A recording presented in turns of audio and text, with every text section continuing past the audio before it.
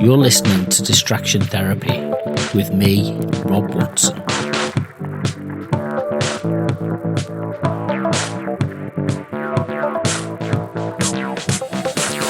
Good morning, Rob Watson here, and this is my distraction therapy session for myself, really. It's raining pretty heavily outside. What day is it? It is Friday the 14th of November 2025, and I wanted to do some reflecting on some of the things I've been up to and what I've got kind of in my stack of reading and things to do, which is a kind of catch up, I suppose. So I got back from Japan, my trip to Japan on Monday. So I've had a few days to kind of get back into the routine. I've been doing bits of admin and bits of blogging and some video and stuff like that, and then kind of trying to absorb what the kind of 2 weeks or so that I spent in Japan was about and what it was like. And gradually jet lag has kind of dissipated. So the last couple of nights I was falling asleep about 8 p.m. And waking up at 4 a.m. Last night I fell asleep at 10 p.m.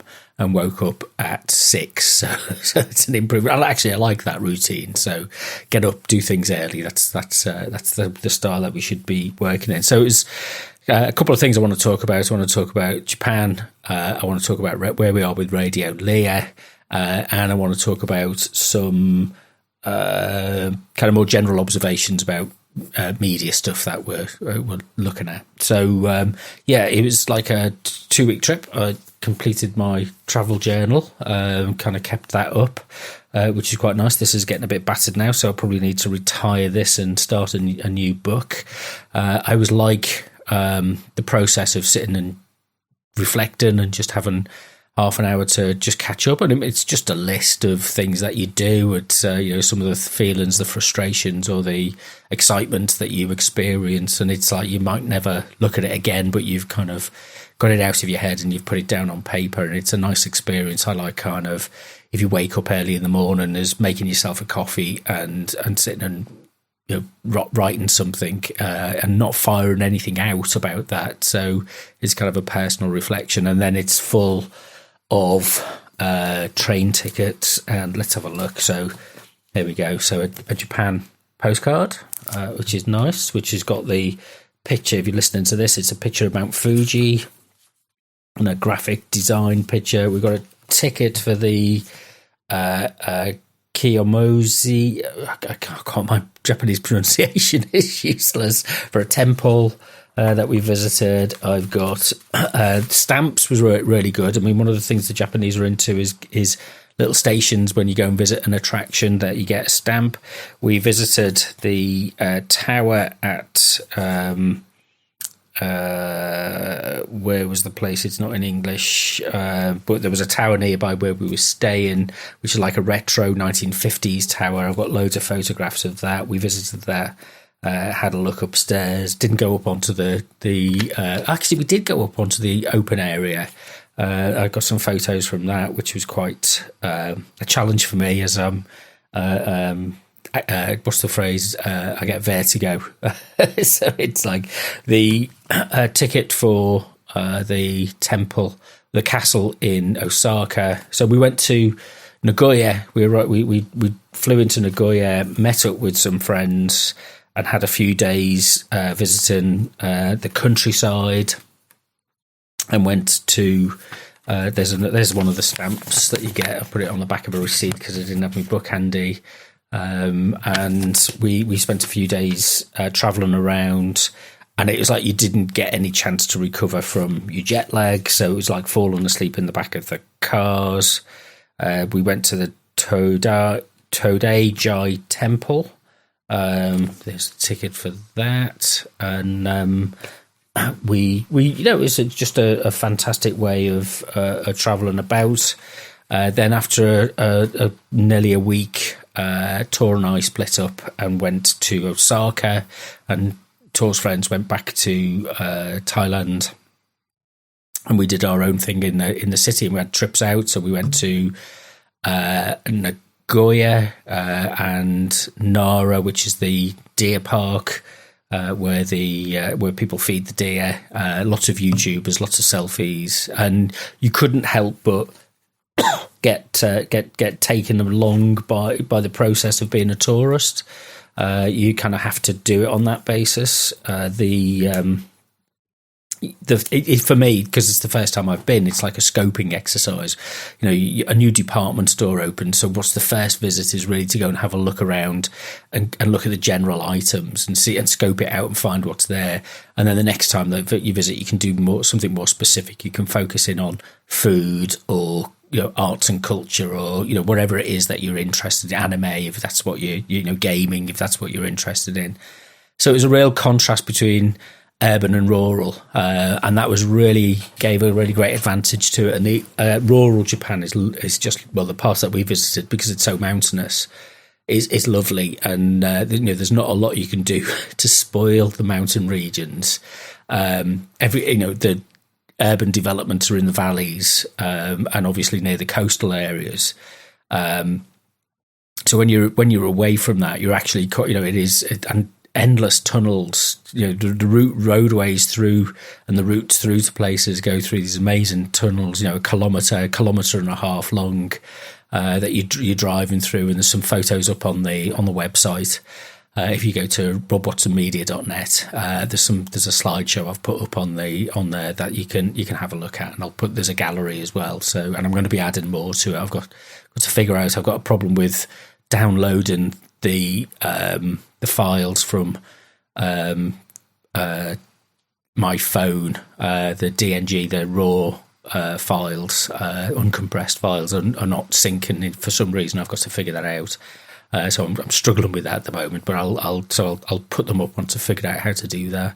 But it's just a remarkable life transforming experience. I really understand, and I have a lot of empathy with the Japanese reluctance for over tourism, because we went to Kyoto for the day. We got the Shinkansen, the fast train.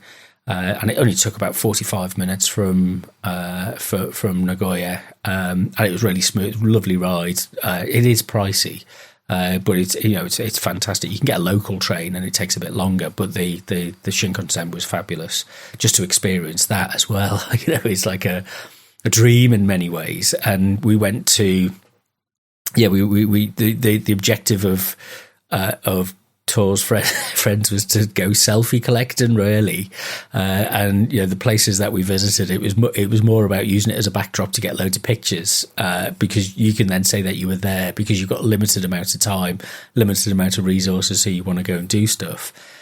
So we went to Kyoto, and just to the main temple. And the streets around it, you've probably seen them on YouTube videos and everything. It's just overcrowded. It rained all day, so that wasn't, that was fairly typical. But it's like, the umbrellas come out, and it's just kind of, there's a performative nature to it, really, which I kind of quite like to observe, but I'm quite reluctant to accept that I'm part of that process. International tourism, and you're spending your money, so it helps with the Japanese economy. But I don't think that's a good enough reason for walking around a temple that's hundreds of years old and just treating it as a kind of prop or a selfie backdrop, rather than actually trying to understand what the culture is about that has brought that about. Yes, it's a fantastic backdrop, and yes, it's a lovely place to visit. And when you get away from the crowds and the tour, the main spot where everybody congregates, then you find that it dissipates quite quickly, and there's only a few people around. So we had a lovely walk in the woodland around there, and then rejoin the crowds, if you like. So it's you can get away. And we stayed in a spa hotel, and we had a private onsen, because it was all heated by volcanic spas. So the water was naturally warm. It was a lovely temperature, and we had a private. I'm a bit cautious because I've got tattoos, and Japanese culture is resistant to tattoos. When you go to an onsen, if you've got tattoos, you have to either cover them up, or go to an onsen that has, kind of, as it welcomes people who've got tattoos, but a lot don't.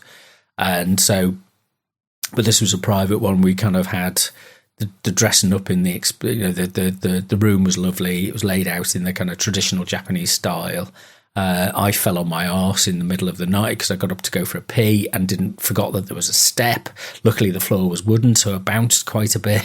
It didn't cause any serious injuries, just an embarrassment. And then we had a meal, and that was kind of delivered to us in a very traditional style. And it was, the layout of the food was fabulous. And Japanese food it lacks the spice and the bite of, if you like, Thai food, but it is really kind of it's wholesome. I've eaten a lot of rice. And surprisingly, I didn't put on too much weight because we also did an awful lot of walking. So I was doing between 25 and 30,000 steps a day. So it's, literally it could be apart from when we were driving, it's like 9 o'clock. Sorry, 7 o'clock in the morning, 9 o'clock in the morning, you're traveling somewhere. But when you're walking around, particularly when we were in Osaka, we'd get out of the hotel as early. Well, I mean, it started to get a bit later. We were kind of, we were getting tired. So it was just, make sure we had a good night's sleep. But you're getting back at 10 p.m. And when you go to a cafe or a restaurant and you sit down and have a meal, or you get something from a 7-Eleven and you find somewhere where you can just kind of stand in a corner and eat, because Japanese people don't eat on the streets, which is fabulous. And there's a couple of other things that I have clocked, and which everybody knows. It's maybe it's a bit of a cliche, but it does make a big difference to the civility of how people get along and get on together. So you're getting back at the hotel at 10 p.m, something like that, and you've just walked everywhere, because it's not the kind of place where you sit around in coffee shops all day. There are coffee shops. The next visit obviously is going to have to be for Tokyo. So I mean, that's just going to be an amazing experience, I think. One of the kind of wow moments, there were a couple of wow moments. I mean, the first one was walking through the railway station at Nagoya, and you underneath all of these railway stations, these big railway stations, is like a city, a street of shops and restaurants. And we walked past this street, and we were going in the opposite direction. We were going across the station, not through. And it was just this endless, and it was like one of those moments where you say, wow, this is incredible. It's just this endless underground street, clean, quiet, brightly lit, well maintained, busy, bustling, and a really nice atmosphere, and a diverse set of shops, and it was just a whole range of different types of people in there as well, all just kind of moving along in the separate ways, kind of quite in your own worlds, and that was really nice. And nobody being bombarded with anything, no kind of aggressive advertising or anything. It was just kind of you explored the space and found things. The second wow moment was where we were staying next to Tenjoi Station.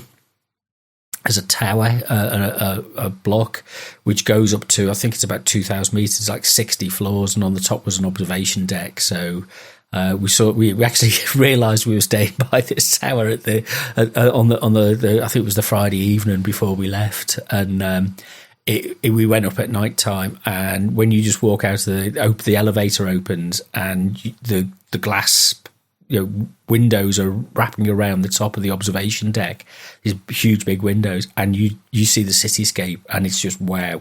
The blocks, the tower blocks. I mean, you almost expected a flying car, kind of Blade Runner style, to be scooting around.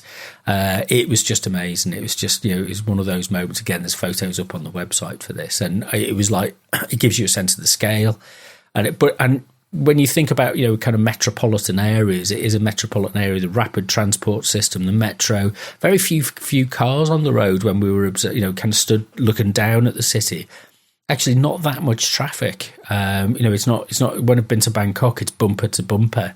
Here in the UK, it's bumper to. There's times when the traffic's bumper to bumper. It was never that there, because the metro system's so good. And if if it just demonstrates that if you put a rapid, cheap, relatively cheap metro system in buses, hop on, hop off buses, if you're putting in tram systems and things like that. People don't need to gravitate towards private and individual cars. There's plenty of taxis, and there are plenty of cars on the road, and they're all new, relatively new, and they're all quite quiet in the road surface. And there were times when you're kind of walking through the city centre. I think it was in Nagoya, we had a walk through the city centre, and you kind of listen to the vehicles, and they're pairing, they're not growling. In the UK, cars seem to be tuned and maintained to have that kind of deep guttural kind of growl. There, it's like the taxis, these 40-year-old Datsun taxis, driven by a man in a uniform with white gloves as a taxi driver, was they were just pairing away. I haven't had cars like that for a long time. They were just tuned to be kind of elegant and glide almost, and there was nothing aggressive about it. The couple of things that kind of I noticed in terms of behaviour and expectations of behaviour is one, there are no bins anywhere. You get them at 7-Eleven, so if you need to drop stuff off, you find one, but you carry a bag with you, and if you've got any rubbish that you need to dispose of, well, you take it home with you.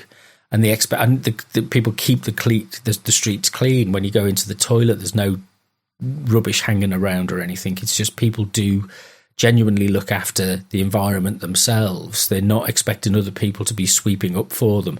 And there are people there sweeping up, but they don't, they can concentrate on, if you like, the more difficult places to clean, the edges, the skirting boards, those kind of things, rather than worrying about chasing overflown bins and and chasing around after people who've just discarded things willy-nilly, absent-mindedly. It keeps it, the people keep it clean. It doesn't keep it clean by itself, but people keep it clean. The other element was the kind of keeping your voice down in public places. So it's the foreigners, it's the Americans, the noisiest, the Indians who are the noisiest, the Chinese who are the noisiest, probably the Brits. But kind of just keeping your tone down, keeping, respectful, not talking on trains. Kind of not talking on the buses. I mean, the buses were a bit cramped. The trains at times could be a bit cramped. The metro trains could be a bit cramped. But you kind of, it's part of your daily life to move from A to B at the busy times. Listening on headphones to music. Nobody's doing that ridiculous thing of picking up their phone and shouting at their phone and looking, somebody having a conversation that everybody else can hear. You wait until you're in a place. If you need to take a call, you do it discreetly, or you wait till you're inside your office or your home to do those calls. It's not about performative call taking in the street. And I know, from my own experience, I'm guilty of that as I walk around having conversations and probably annoying people with the loudness of my voice.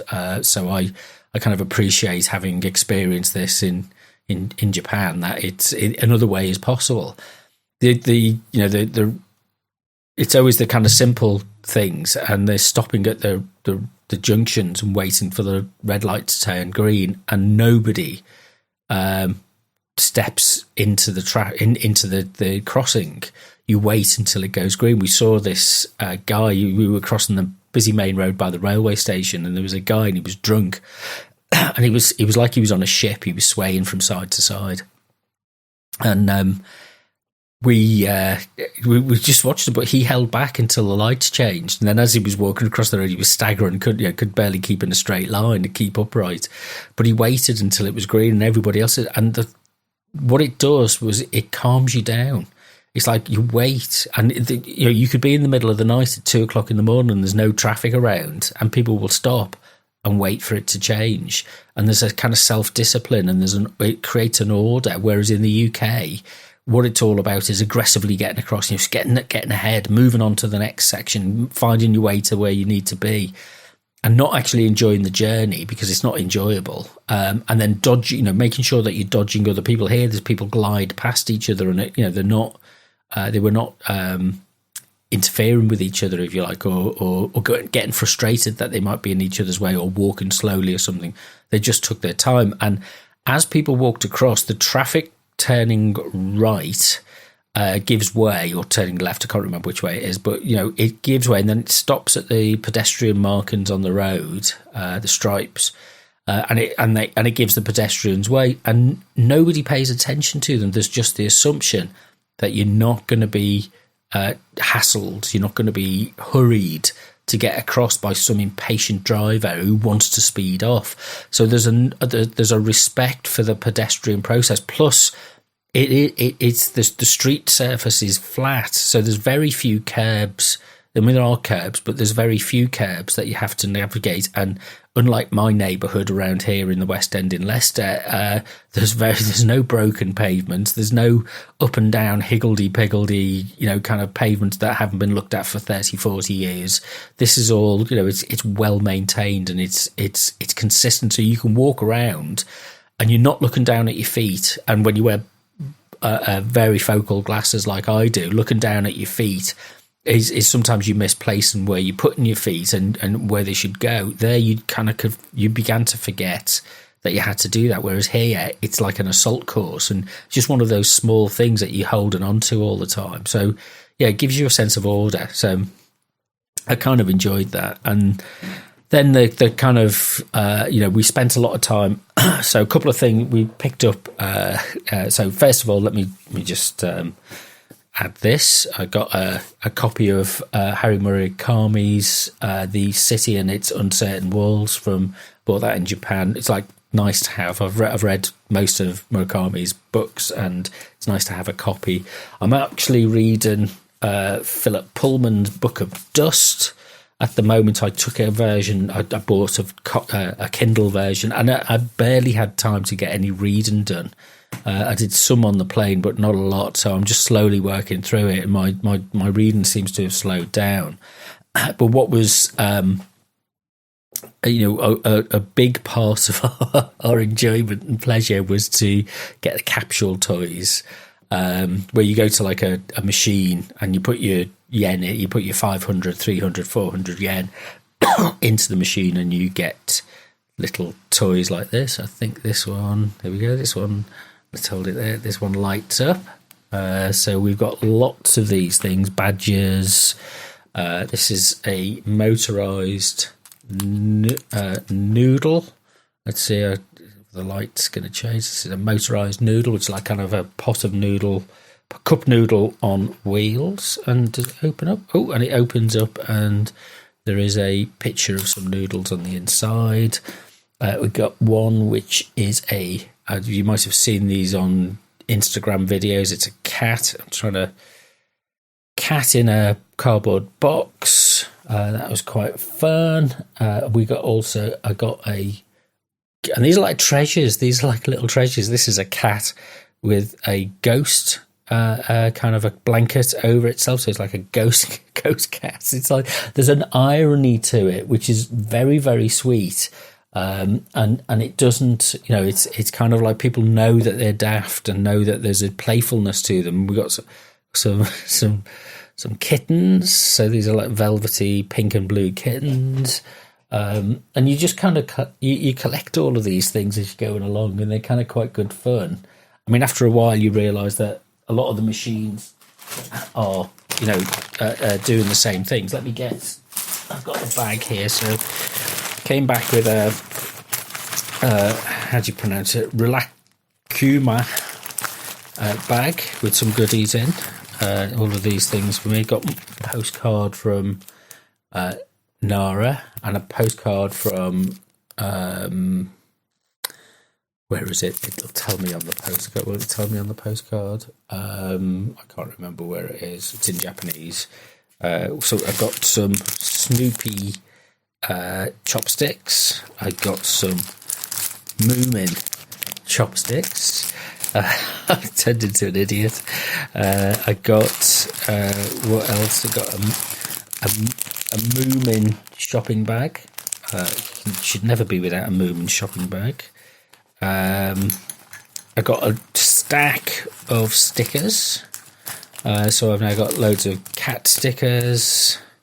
So kind of little stickers. The stationery shops, I just adore the stationery shops. It's like the pens and the pencils laid out. And just, it was just like a really nice, pleasant experience to just wander around. We got some gifts for some friends, and I got a thingy book,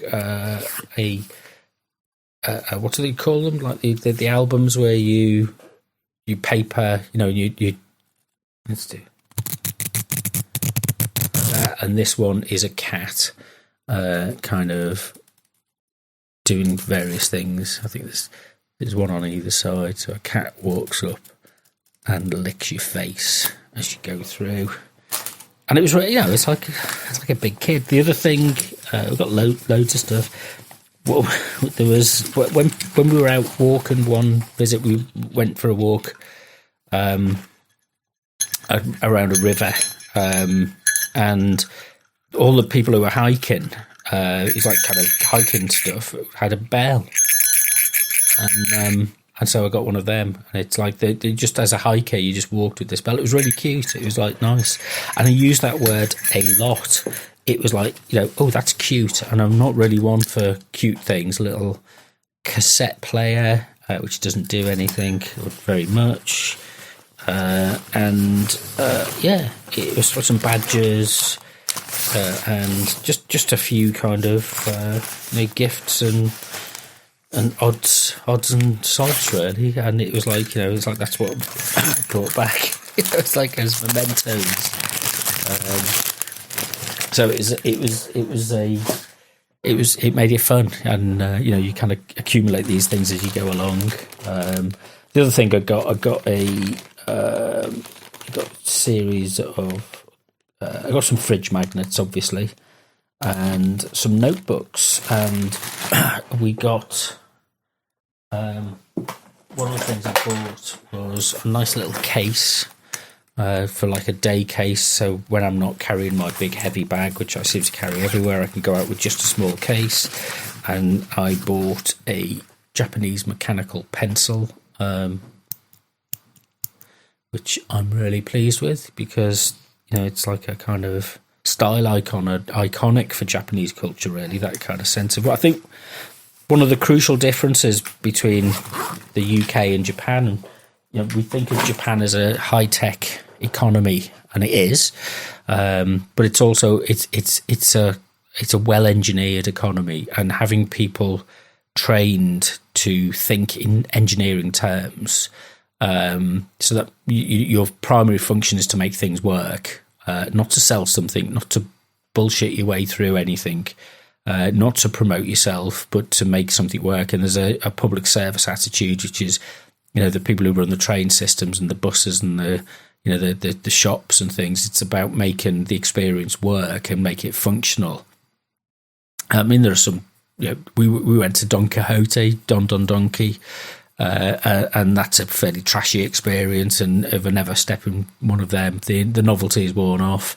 If I never step in one of them again, I'll be quite happy. But there are lots of other places where supermarket assistants are as grumpy as they are anywhere. One of the things I really liked, and it's in maybe contrast to some of the attitudes that we have here in the UK, is that there's very little attempt to speak English.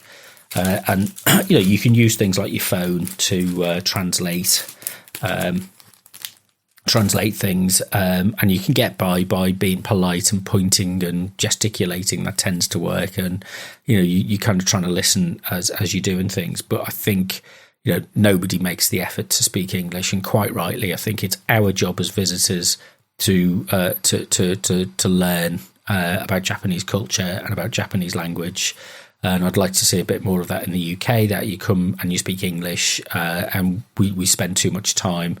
It encourages social fragmentation. I've blogged about this elsewhere.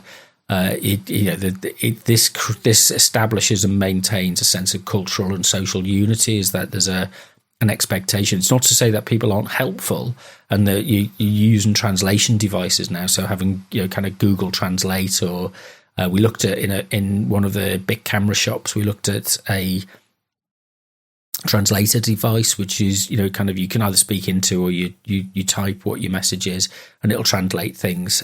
So we've got the technology to do this now, but just that, kind of when you're walking about, you don't expect anybody to be speaking English to you. You might get that on occasions and you appreciate it, but really, the expectation is that you're there to fit in with the Japanese society and culture, and I think that's really how it should be. So music and media wise, just got the hotel TV really. What I wanted to do, and I didn't get the chance because I couldn't get it to work somehow, as I listened to a bit of Japanese AM radio, and I had my portable radio set with me, and I just couldn't link it. I should have taken a Zoom recorder with me. I didn't take one of my Zooms with me. I couldn't pull in a feed from the radio station, so I'm gonna have to try and find a way of see if there's an online feed to get the AM. I wanted the reception quality, the interference, but kind of Japanese stations are pretty much the same as radio stations anywhere else. But it was kind of nice to listen to it as a kind of situated, it's in place, and it's not just something that you're streaming online kind of experience. So I've got a lot to think about. There's a lot to absorb. It does change the way that you approach things, and I'll be blogging about this and putting photo galleries up on the website and stuff like that. So as I say, I'm not suddenly becoming a Japanophile, but that might be something. It's no longer so alien to me, and I've never been so far east. But if I went back again, I think spend some time in Tokyo, but try and get out of the city and into some rural areas, because the peacefulness and the calmness of the rural areas is just incredibly nice. And it's we had some days when it was raining, but for the most part, it was very mild actually. We took a range of clothes because we knew being up in the mountains. At one point, we were at the top of a mountain. And it was snowing, and it was -1 or something like that. But as soon as you're back down to the ground, it was quite mild and temperate. So we didn't need half of the clothes that we took with us because the weather was fine. So, but the rain, you buy a cheap umbrella there, and that lasts for your journey. It's.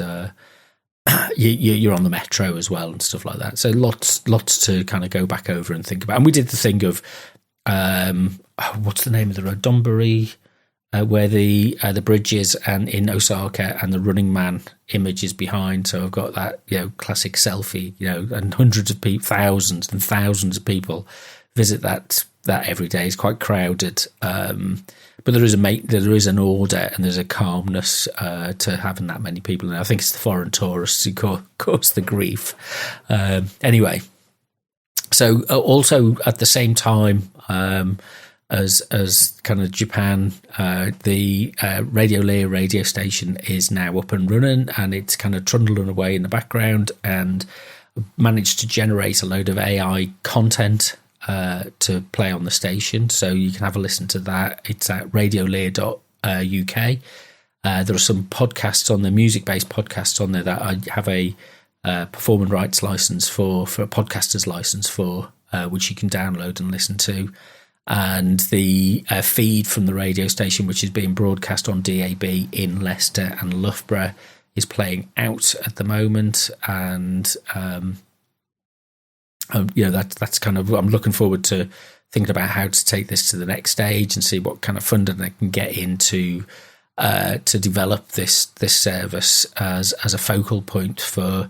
The whole ethos of it is I can perhaps claim it's the first meta-modern radio station in the world.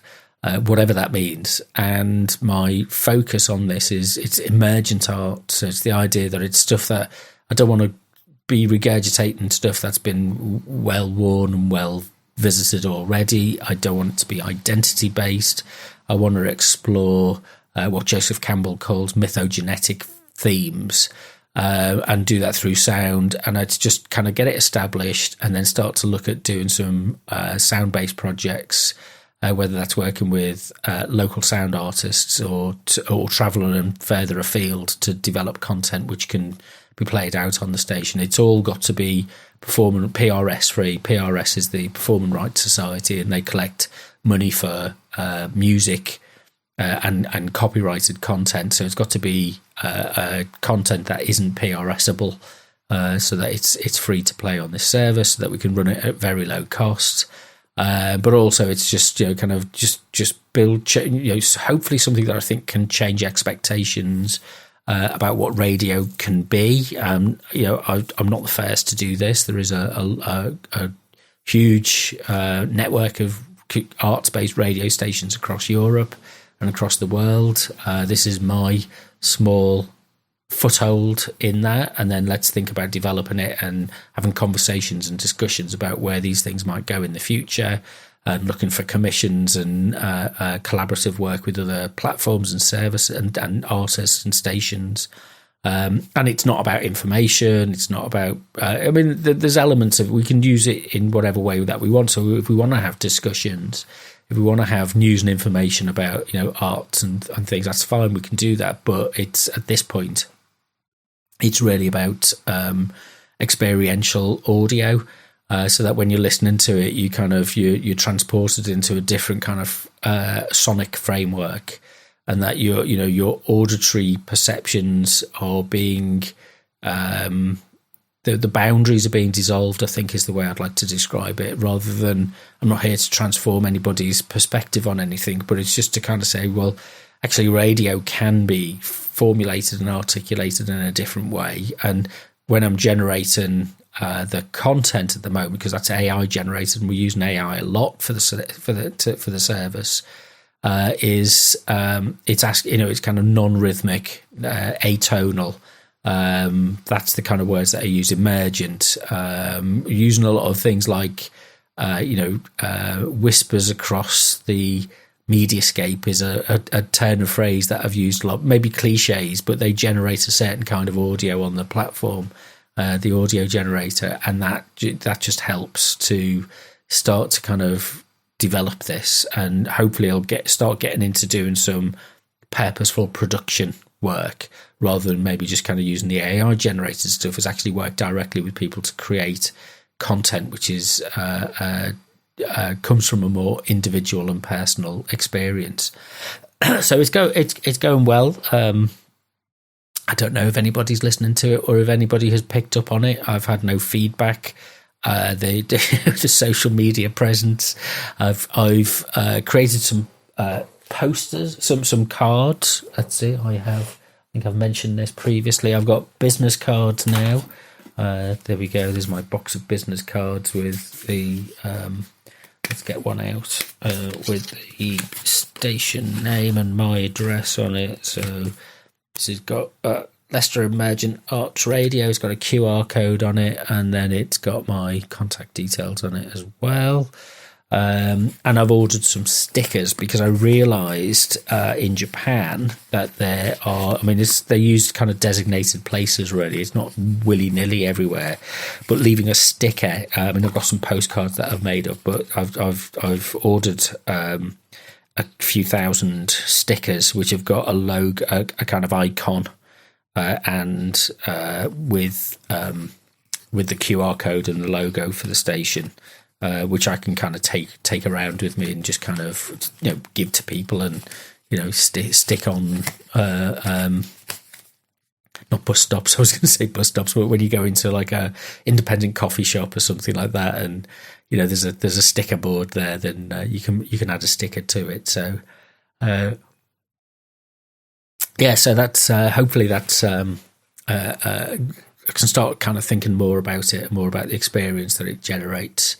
And get into some of the ideas and start doing some improving the blogging that goes in on the website as well, because using kind of AI to generate blogs, and then some of the characters that are created for the site. So Max Sturm, the creative director, will be active on X, posting content, perhaps Instagram, posting content, and I just kind of need to focus on how to regularize this and maintain a presence that is hopefully entertaining, rather than if it's an interesting and challenging for it's in itself, rather than being something which is serving an audience. It's not what I want to do, and it's not. It doesn't have outcomes. I really don't know what any of these things will lead to, and it's just about using the technology and the platforms that we've got. And big thank you to Sam and John and Owen for the kind of help and support that they've given to get it this far. And to get it launched, and maybe hear a lot more about it as we progress. So, yeah. So I think that's a general overview of stuff that I've been doing. It's going to be a rainy, gloomy day, so I might go out for a coffee or something later on. And yeah, it's I'll get back to you when I've figured out some more stuff. You can keep in touch if you want to come on and have a chat and a conversation and share your experiences of Japan, or if you want to talk about your arts-based sound work or your any other kind of arts practice. I'm really happy to. One of the I call this podcast distraction therapy, and I started that during the pandemic, and it's kind of intermittent and hasn't really caught a flow, if you like, and it would be great if it did, but kind of a regular conversations and discussions about what are those things that you just is your distraction therapy. That it's flicking through YouTube or Instagram reels or whatever it is not a good use of our time. But there's other things that we can do, like your reading, your imaginative approach when you go and visit a place.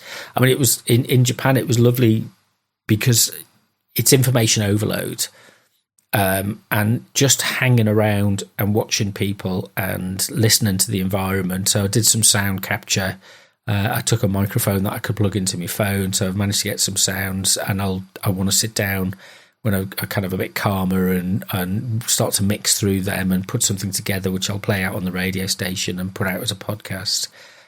Just really to kind of bring that into, kind of to make those observations. And then, of course, you circle round initially and then you come into the centre of it more and then back out to the peripheries again. And it's just, that kind of sense that we don't have to be always chasing something that makes sense now. It's from whatever perspective we're coming at things from. It's like, what does this mean? Well, if we don't know immediately, that's fine. And that's what I kind of mean about the emergent nature of this, is that we're finding out as we go along, and let's create something new and interesting. And whether it's through fashion, through sport, through whatever activity is, movement, through, we can use whatever mechanisms and platforms and ideas that we can to bring this into fruition. Right. Okay, that's me wrapping up for now, and I'll try and record something again in the near future. But until next time, contact me via is it Rob W Media on Twitter, Instagram, and that kind of stuff. Twitter's X is best. But if you want to contact me at rob@robwatsonmedia.net, and the website is robwatsonmedia.net, it'd be great to hear from you. Thanks for listening to Distraction Therapy with me, Rob Watson.